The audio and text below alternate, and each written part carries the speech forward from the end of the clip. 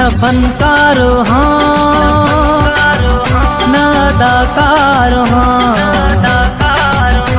न फनकार हाँ न अदाकार हाँ, न गालियूं कंदो के बेकार हाँ। टुटी दिल तॾहिं गाया अथो, गाए गमन खे घटाया थो, घटाया थो, घटाया थो। न फनकार हाँ न अदाकार हाँ, न गालियूं कंदो के बेकार हाँ।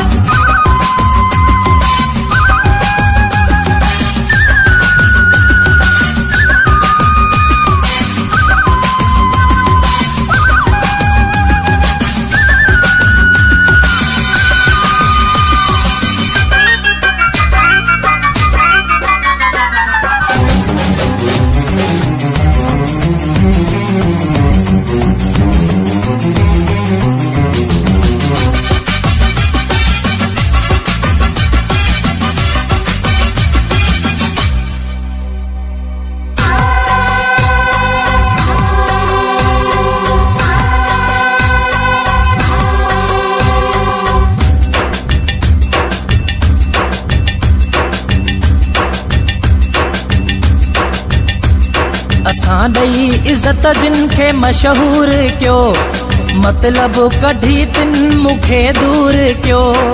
कहिड़नि जा वेही नाला खणा, माण्हू मुनाफ़िक निकता घणा, निकता घणा, निकता घणा। न फनकार हाँ न अदाकार हाँ, न फनकार हाँ न अदाकार हाँ, न गालियूं कंदो के बेकार हाँ। टुटी दिल तॾहिं गाया अथो, गाए गमन खे घटाया थो, घटाया थो, घटाया थो। न फनकार हाँ न अदाकार हाँ, न गालियूं कंदो के बेकार हाँ।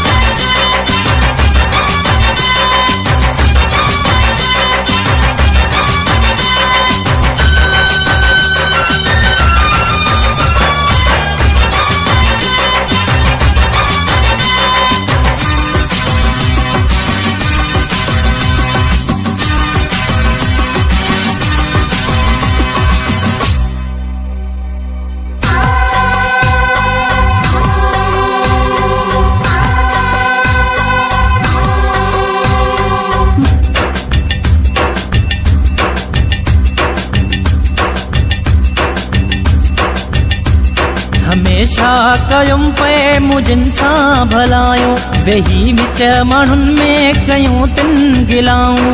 ख़ुशियुनि जा थिया ॾाढा नुक़सान आहिनि, रहिजी विया दिल में अरमान आहिनि, अरमान आहिनि, अरमान आहिनि।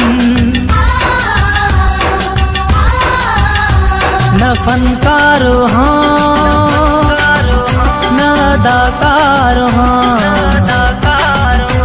न फनकार हाँ न अदाकार हाँ, न गालियूं कंदो के बेकार हाँ। टुटी दिल तॾहिं गाया अथो, गाए गमन खे घटाया थो, घटाया थो, घटाया थो। न फनकार हाँ न अदाकार हाँ, न गालियूं कंदो के बेकार हाँ।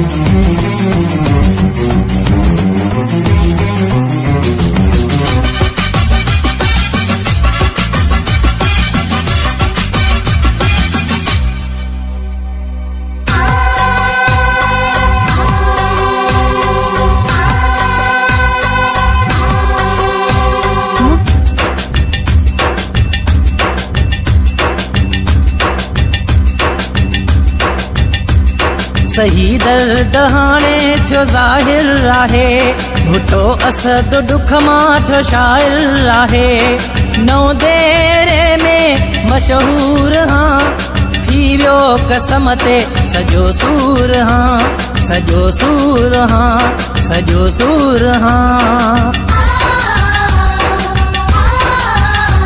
न फनकार हाँ